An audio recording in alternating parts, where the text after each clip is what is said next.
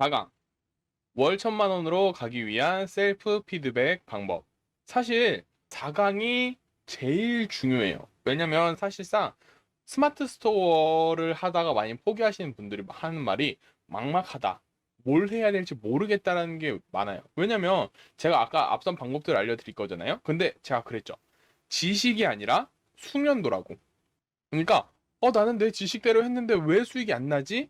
거기에 대한 피드백을 구할 수 없으면 숙련도는 더디게 쌓여요. 그래서 사람들이 작심삼일 그 안 좋은 노력법이 발동돼서 빠르게 성취하려는데 느리게 되니까 그냥 포기해버리는 거예요. 그런 막막함과 방향성을 잃고 포류하는 듯한 느낌을 없애기 위해서 셀프 피드백 방법을 알려드리도록 하겠습니다.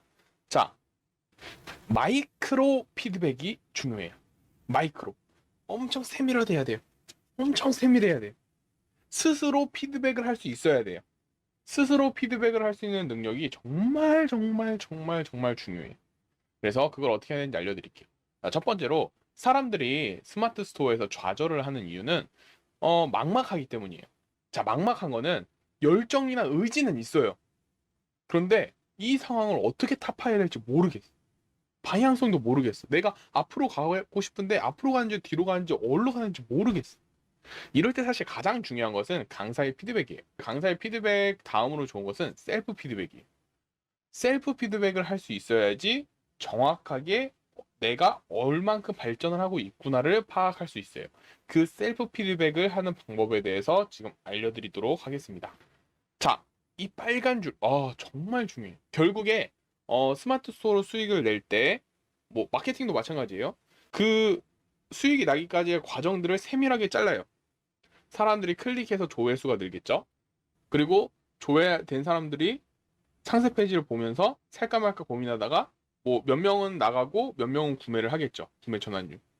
그러면 구매된 사람들이 순수익을 마진 얼마 남겼는지 계산을 해보면 순수익이 나오겠죠. 이렇게 체계적으로 가는 거예요. 그러면 모든 것은 여기서 나오면 이것들을 이제 하나하나 착착착착착 잘라서 마이크로로 파고들어서 살펴보면 결국에 답이 나요. 결국에 수익이 날 때는 이 요소들이 있을 수밖에 없거든요. 자, 그러면 이것을 어떻게 피드백을 하는지 봐보도록 하겠습니다. 자, 첫 번째, 조회수가 나오잖아요. 자, 사실 많은 분들이 팔리지 않는 이유는 세 가지예요. 초보분들이. 셀렉을 이상한 걸 해서 그래요. 사장 만족형, 아니면 소비자한테 관심 없는 형으로. 그리고 노출이 안 돼요. 노출이 안 돼요. 7, 8페이지 있어가지고 노출이 안 돼. 그리고 세 번째로 상세 페이지 들어와도 상세 페이지가 이상해서 나가. 그러니까 매출이 안 나는 거예요. 그러니까 이런 것들을 이제 차근차근 마이크로로 봐보도록 할게요. 조회수를 봐야 돼요. 자, 저거 같은 경우는 제가 오전에 그냥 찰칵 찍어서 했던 건데 500명 정도가 들어왔죠. 자, 만약에 저기서 일단 조회수를 많이 하는 게 좋아요. 자, 그러려면 조회수. 아까 제가 그랬죠. 키워드 할 때 그냥 뭐 텐트 하지 말고 감성 있는 당신을 위한 이렇게 임팩트를 탁 주고 키워드를 탁탁탁탁 쓰라고. 이런 식으로 제목들 사이에서도 클릭 경쟁 중인 거예요. 클릭이 경쟁 중이에요. 썸네일도 경쟁 중이에요. 그냥 하얀색 누기 따가지고 예쁘게 저희 이거 팔아요. 이렇게 하면 안 돼요. 다른 사람들이 하얀색 누기를 땄어. 그럼 저는 선홍색을 하고 파란색을 하고 노란색을 하고 썸네일에서도 클릭을 해야죠. 전부 다 파란색인데 나 혼자 빨간색이야. 얼마나 눈에 띄어요. 클릭이 가요. 손이 저절로 가요. 썸네일 경쟁, 제목 경쟁이에요. 일단 그거 두 개부터 신경을 써야 되고요. 그리고 그 다음부터는 상위 노출, 검색 노출이니까 이게 상위 노출 되려면 판매량, 리뷰수, 찜수가 필요하고요. 뭐 리뷰수, 찜수를 뭐 구매하신다는 분들도 있는데 굳이 그럴 필요까지는 없어요. 팔릴 아이템은 그거 안 해도 팔리니까 괜히 그거 할 필요는 없어요. 그리고 마케팅. 일단 마케팅을 끌어올려야 돼요. 뭐 네이버 쇼핑 광고 막 이런 거는 사실 마케팅이라고 보긴 힘들고 광고라고 봐야겠죠. 일단 마케팅이라고 치면 뭐 맘카페라든지 아니면 블로그 아니면 바이럴 마케팅 아니면 뭐 SNS, 인스타, 페이스북 뭐 이런 식으로 되겠죠. 일단 그걸 할 때 조회수가 나오지 않아요. 그거는 그 마케팅이 매력적이지 않기 때문이거든요. 이럴 때는 사진, 카피라이팅을 봐야 돼요. 예쁘기만 한 예쁜 쓰레기는 안 돼요. 사람들이 구매하고 싶은 사진을 찍어야 돼요.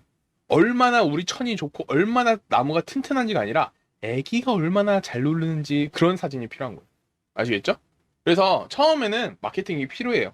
처음에 마케팅이 필요하고, 예를 들어서 물어봐요. 지인들한테 물어보지 말고 사람들한테 물어봐요. 예를 들면 엄마들 제품이다. 그럼 맘카페에다가 이거 어때요? 라고 물어봐요. 그래서 사람들이 어떤지 알려줘요.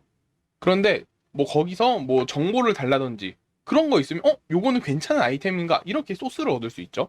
그리고 뭐 SNS 같은 경우는 광고를 조금 태우는 게 좋아요. 마케팅을 좀 태우는 게 좋은데 뭐 사진이나 카피라이팅 그렇게 해가지고 조회수를 최대한 늘리려고 해야 돼요. 이때 중요한 점은 소비자 지갑이 열고 싶은 그런 마케팅을 해야 된다는 점. 어떻게? 소비자가 원하는 거. 나무 튼튼하고 천이 좋아요 이런 게 아니라 애기들이 얼마나 잘 노는지를 보여주면 되죠. 그러면 지갑은 열리게 되어 있어요. 자, 그래. 일단 이거 해서 조회수가 늘었어요. 오, 조회수 많이 늘었어. 근데 안 되네? 마케팅 대행할 때 이런 말을 사장님들한테 많이 해요. 마케팅은 사람들을 데리고 오는 것이고 구매는 결국 사장님의 상세 페이지에서 구매 전환이 됩니다. 라고 분명하게 말해주거든요. 그렇기 때문에 구매 전환율이 안 나와요. 그렇다면 상세 페이지가 안 좋은 거예요. 사진도 예쁜 쓰레기더나 심지어 예쁘진 않을 수도 있어요. 예쁜 쓰레기가 아니라 구매력을 자극하는 사진. 카피라이팅도 있어 보이고 딱딱한 한자어 스펙 그런 게 아니라 사람들이 원하는 쉽고 직관적인 사람들이 원하는 매력 포인트를 딱 꼬집어주는 그런 상세 페이지가 필요한 거예요. 근데 그런 거 있어요. 이거 할 때 중요한 게 그냥 의도했다고 다 되는 게 아니에요. 자, 예를 들면 그런 거 있어요. 모태솔로가 뭐 연애 책을 한번 읽었다고 연애 고수가 되는 일은 없죠. 그럼 한번 책을 보고 히히히 나도 써봐야지 라고 생각해서 이것저것 써볼 거예요. 그러면 나는 그 책에 쓰여진 대로 의도해서 로맨틱한 말을 하고 싶었는데 그게 어설프게 나오니까 의도는 그랬지만 어설프니까 다른 결과물이 나와서 상대방이 불쾌해할 수 있겠죠. 요거는 제 어렸을 때 경험이에요. 아무튼 그래가지고 그랬는데 이런 식으로 의도한다고 다 되는 게 아니에요. 의도한 거를 잘 해야지 되는 거예요. 아시겠죠? 그리고 예쁜 사진이랑 구매하고 싶어지는 사진은 다르고 심지어 예쁘게도 못 찍는 사람들이 많아요. 이게 웃긴 게 열심히 사는 사람들이 SNS를 안 해요.